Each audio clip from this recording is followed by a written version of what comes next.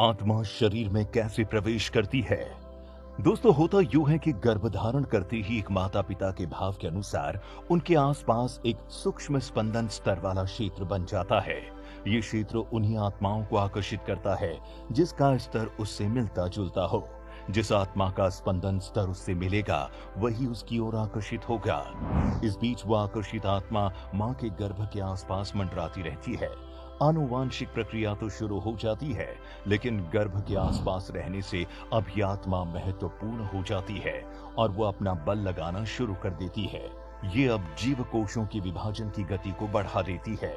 इस दौरान सबसे महत्वपूर्ण अंग जिसका गठन होता है वो हृदय है और इसके पश्चात हृदय से बाकी के अंगों को पोषण मिलने लगता है। यौगिक विज्ञान की माने तो भौतिक शरीर के साथ साथ आध्यात्मिक शरीर का भी विकास होता है और आत्मा के बहाव के लिए एक संचार का मार्ग उत्पन्न होता है। जहां ऐसे कई सारे मार्ग मिलते हैं वहां ऊर्जा का भंवर बन जाता है। अध्यात्म में इन्हें चक्र और बिंदु कहते हैं। हालांकि बहुत सी यौगिक परंपराओं में इन्हें 7 महत्वपूर्ण चक्रों के रूप में जाना जाता है, जो इस प्रकार है: मूलाधार, स्वाधिष्ठान, मणिपूरक, अनाहत, विशुद्धि, आज्ञा और सहस्त्रार। जब भ्रूण तैयार होता है और उसमें सिर का गठन भली भांति हो जाता है तो इसके पश्चात जैसे ही ब्रह्मरंध्र का सृजन होता है, जो कि सिर का पश्च कपाल क्षेत्र है। इसे अध्यात्म के अनुसार 7 चक्रों में से एक सहस्त्रार चक्र और 12वां बिंदु माना जाता है। लेकिन अब प्रश्न ये उठता है कि क्या वास्तव में आत्मा का वास हृदय में होता है? दरअसल यही वो स्थान है जहां आत्मा रहती है और हृदय के माध्यम से ही वो हमारे तंत्र के सभी चक्रों और साथ ही सभी आयामों तक पहुंचती है, जिनका हम अनुभव नहीं कर पाते। हमें बहुत से भौतिक और सूक्ष्म आयामों को तय करना होता है। जब हमारी यात्रा हृदय से शुरू होती है तो इसका अर्थ है कि अब आत्मा की ऊर्जा ऊपर की तरफ चलने लगी है। वो आत्मा जो हमारे हृदय में रहती है, वहीं से ऊर्जा बिना किसी बाधा के सारे चक्रों तक पहुंचती है। यदि आपके घर में कोई नवजात शिशु है तो आप देखेंगे कि कपाल का एक विशेष हिस्सा पूर्ण रूप से नहीं बना है। क्या आपने कभी ध्यान दिया है? अच्छा, आप ये तो जानते ही होंगे कि बच्चे को थोड़ा बचाना पड़ता है क्योंकि वहां हड्डी नहीं होती।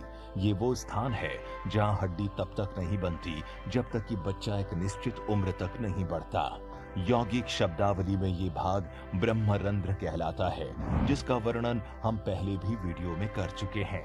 रंध्र एक संस्कृत शब्द है जिसका अर्थ एक मार्ग होता है, जैसे छोटा छेद या सुरंग। ये शरीर में वो स्थान है जिसके माध्यम से जीवन भ्रूण में उतरता है, क्योंकि जीवन भ्रूण में आ गया है। जीवन प्रक्रिया में अपने विकल्पों को खुला रखने की इतनी जागरूकता होती है कि क्या ये शरीर इसे बनाए रखने में सक्षम है या नहीं, तो ये एक निश्चित अवधि के लिए उस जाल को खुला रखता है, ताकि अगर वो अपने अस्तित्व के लिए शरीर को अनुपयुक्त पाता है तो वो शरीर छोड़ देगा। और ये शरीर से किसी अन्य मार्ग से नहीं जाना चाहता है, तो ये वहीं से शरीर छोड़ना चाहता है जहां से आया। जिस प्रकार एक अच्छा मेहमान हमेशा सामने के दरवाजे से होकर आता है और सामने के दरवाजे से ही बाहर जाता है।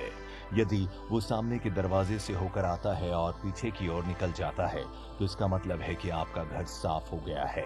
यहाँ तक कि जब आप एक दिन शरीर छोड़ते हैं तो यदि आप सचेत रूप से शरीर के किसी भी हिस्से से निकलते हैं तो ये ठीक है, लेकिन अगर आप ब्रह्मरंध्र के माध्यम से शरीर छोड़ सकते हैं तो ये शरीर छोड़ने का सबसे अच्छा तरीका होगा। यदि आप चिकित्सा विभाग से संबंधित हैं तो आप निश्चित रूप से हमारी बात समझ पाएंगे। ऐसा आपने भी कई बार देखा होगा। हालांकि सभी चिकित्सा मापदंडों के अनुसार भ्रूण स्वस्थ है और सब कुछ ठीक है, परंतु किसी कारणवश एक मृत शिशु ने जन्म लिया। इसका केवल यही उत्तर है कि ऐसा इसलिए हुआ क्योंकि भीतर का जीवन अभी भी चुन रहा है।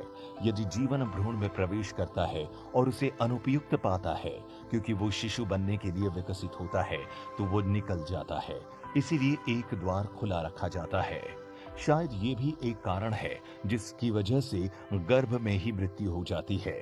इससे जुड़ा अगर कोई और भी प्रश्न आपके मन में उठ रहा है तो नीचे कमेंट करके जरूर बताएं। आत्मा शरीर में कैसे प्रवेश करती है? दोस्तों, होता यूं है कि गर्भधारण करते ही एक माता पिता के भाव के अनुसार उनके आसपास एक सूक्ष्म स्पंदन स्तर वाला क्षेत्र बन जाता है। ये क्षेत्र उन्हीं आत्माओं को आकर्षित करता है जिसका स्तर उससे मिलता जुलता हो। जिस आत्मा का स्पंदन स्तर उससे मिलेगा वही उसकी ओर आकर्षित होगा। इस बीच वह आकर्षित आत्मा मां के गर्भ के आसपास मंडराती रहती है। आनुवांशिक प्रक्रिया तो शुरू हो जाती है, लेकिन गर्भ के आसपास रहने से अब यह आत्मा महत्वपूर्ण हो जाती है और वो अपना बल लगाना शुरू कर देती है। ये अब जीव कोशों के विभाजन की गति को बढ़ा देती है। इस दौरान सबसे महत्वपूर्ण अंग जिसका गठन होता है वो हृदय है, और इसके पश्चात हृदय से बाकी के अंगों को पोषण मिलने लगता है। यौगिक विज्ञान की माने तो भौतिक शरीर के साथ साथ आध्यात्मिक शरीर का भी विकास होता है और आत्मा के बहाव के लिए एक संचार का मार्ग उत्पन्न होता है। जहां ऐसे कई सारे मार्ग मिलते हैं वहां ऊर्जा का भंवर बन जाता है। अध्यात्म में इन्हें चक्र और बिंदु कहते हैं। हालांकि बहुत सी यौगिक परंपराओं में इन्हें 7 महत्वपूर्ण चक्रों के रूप में जाना जाता है, जो इस प्रकार है: मूलाधार, स्वाधिष्ठान, मणिपूरक, अनाहत, विशुद्धि, आज्ञा और सहस्त्रार। जब भ्रूण तैयार होता है और उसमें सिर का गठन भली भांति हो जाता है तो इसके पश्चात जैसे ही ब्रह्मरंध्र का सृजन होता है, जो कि सिर का पश्च कपाल क्षेत्र है। इसे अध्यात्म के अनुसार 7 चक्रों में से एक सहस्त्रार चक्र और 12वां बिंदु माना जाता है। लेकिन अब प्रश्न ये उठता है कि क्या वास्तव में आत्मा का वास हृदय में होता है? दरअसल यही वो स्थान है जहां आत्मा रहती है और हृदय के माध्यम से ही वो हमारे तंत्र के सभी चक्रों और साथ ही सभी आयामों तक पहुंचती है, जिनका हम अनुभव नहीं कर पाते। हमें बहुत से भौतिक और सूक्ष्म आयामों को तय करना होता है। जब हमारी यात्रा हृदय से शुरू होती है तो इसका अर्थ है कि अब आत्मा की ऊर्जा ऊपर की तरफ चलने लगी है। वो आत्मा जो हमारे हृदय में रहती है, वहीं से ऊर्जा बिना किसी बाधा के सारे चक्रों तक पहुंचती है। यदि आपके घर में कोई नवजात शिशु है तो आप देखेंगे कि कपाल का एक विशेष हिस्सा पूर्ण रूप से नहीं बना है। क्या आपने कभी ध्यान दिया है? अच्छा, आप ये तो जानते ही होंगे कि बच्चे को थोड़ा बचाना पड़ता है क्योंकि वहां हड्डी नहीं होती। ये वो स्थान है जहां हड्डी तब तक नहीं बनती जब तक कि बच्चा एक निश्चित उम्र तक नहीं बढ़ता। यौगिक शब्दावली में ये भाग ब्रह्मरंध्र कहलाता है, जिसका वर्णन हम पहले भी वीडियो में कर चुके हैं। रंध्र एक संस्कृत शब्द है जिसका अर्थ एक मार्ग होता है, जैसे छोटा छेद या सुरंग। ये शरीर में वो स्थान है जिसके माध्यम से जीवन भ्रूण में उतरता है, क्योंकि जीवन भ्रूण में आ गया है। जीवन प्रक्रिया में अपने विकल्पों को खुला रखने की इतनी जागरूकता होती है कि क्या ये शरीर इसे बनाए रखने में सक्षम है या नहीं, तो ये एक निश्चित अवधि के लिए उस जाल को खुला रखता है, ताकि अगर वो अपने अस्तित्व के लिए शरीर को अनुपयुक्त पाता है तो वो शरीर छोड़ देगा। और ये शरीर से किसी अन्य मार्ग से नहीं जाना चाहता है, तो ये वहीं से शरीर छोड़ना चाहता है जहां से आया। जिस प्रकार एक अच्छा मेहमान हमेशा सामने के दरवाजे से होकर आता है और सामने के दरवाजे से ही बाहर जाता है। यदि वो सामने के दरवाजे से होकर आता है और पीछे की ओर निकल जाता है तो इसका मतलब है कि आपका घर साफ हो गया है।